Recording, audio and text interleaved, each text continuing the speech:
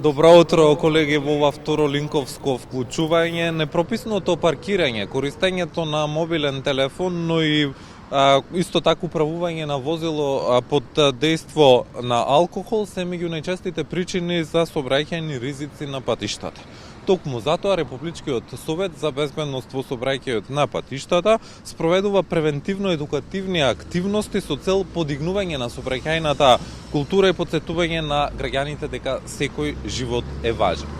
Токму за новата кампања што ја спроведува РСБСП, но и сите останати активности, утро во Македонија наутро разговараме со Дејан Андоновиќ. Дејан, добро утро и добре дојдовте во Македонија наутро. Добро утро до вас и до вашите гледачи. На почеток на разговорот, кои се главните цели на кампањата Паркирај совесно, постапувај одговорно што ја спроведува РСБСП? Практично насловот кажува се, мотото на кампањата. Ние секоја година спроведуваме кампањи за одговорно паркирање на возилата, бидејќи сме сите сведоци дека непрописното паркирање, освен што ја покажува нашата култура, го загрозува и ја загрозува и безбедноста во сообраќајот. Не може кој како ќе му текне да паркира некаде возило без при тоа да има некаква одговорност.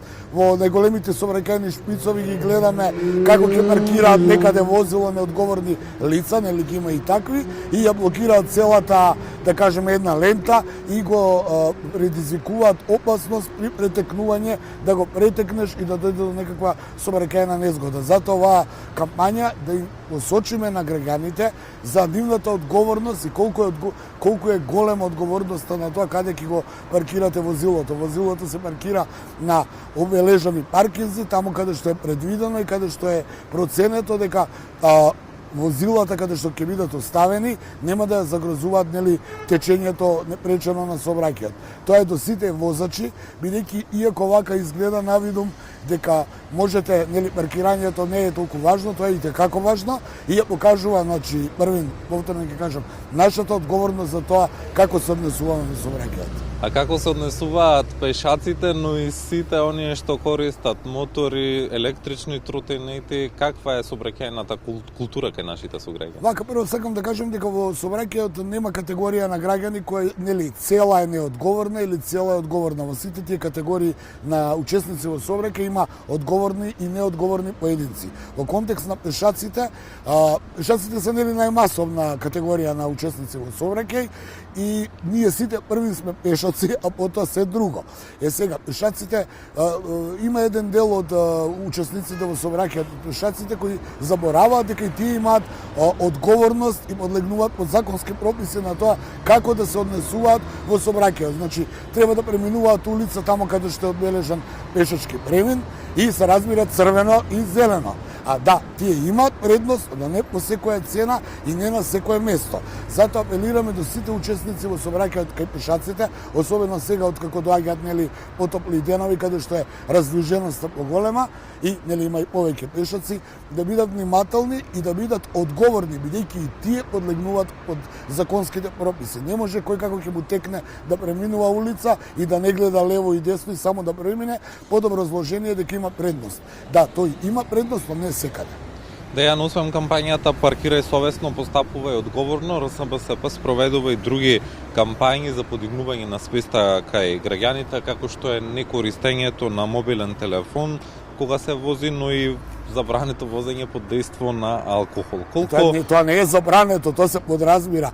Јас сакам да кажам дека во контекст на мобилните телефони, ние секоја година правиме таа кампања, бидејќи сме сведоци дека мобилните телефони многу се користат кај неодговорни учесници во сообраќајот кои нонстоп гледаат на телефон или разговараат додека учествуваат, односно возат и се во сообраќај. Апелираме до сите оние учесници во сообраќај да не го користат мобилни телефони. Им одвлекува внимание, не се концентрирани и не е тоа сега толку многу нешто итно да не можат да причекат 5 до 10 минути за да завршат таа работа која замислуваат. Значи секоја година имаме таа кампања, сакам да апелирам и до кампањата која цела година трае да укажеме на луѓето за опасноста од конзумирањето на алкохол додека учествувате во сообраќајот.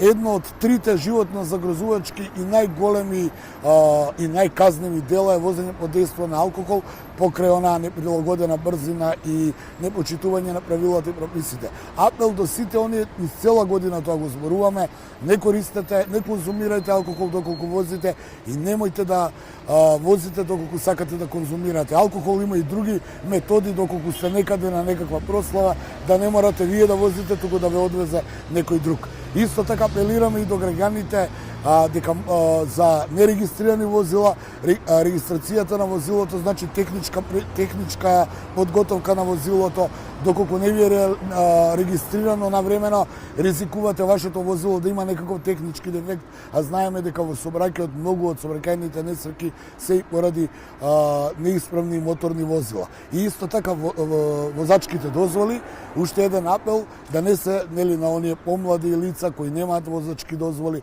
да не управуваат моторно возило и апел до родителите. Тоа е честа и појава всушност. Тоа е честа појава на нерегистрирани возила да, и не се работи без... за тоа дали ќе ве казни некој, се работи за вашиот ризик, бидејќи ако немате возачка дозвола, не сте доволно обучени да учествувате во сообраќајот, а тоа може да предизвика сериозни сообраќајни последици. Дејан, тоа се пораките што често и ние ги повторуваме до нашите гледачи. Благодарам што тргнавте дел од Македонија на. Благодарам и на вас што ни дозволувате нашите кампањи да допрат подобро до учесниците, до граѓаните и учесниците во сообраќајот, и уште еднашка апел до сите учесници во сообраќајот да бидат одговорни, да ги почитуваат правилата, прописите со промишаната сообраќајна сигнализација и така да се заштитат себе си и останатите учесници во сообраќајот.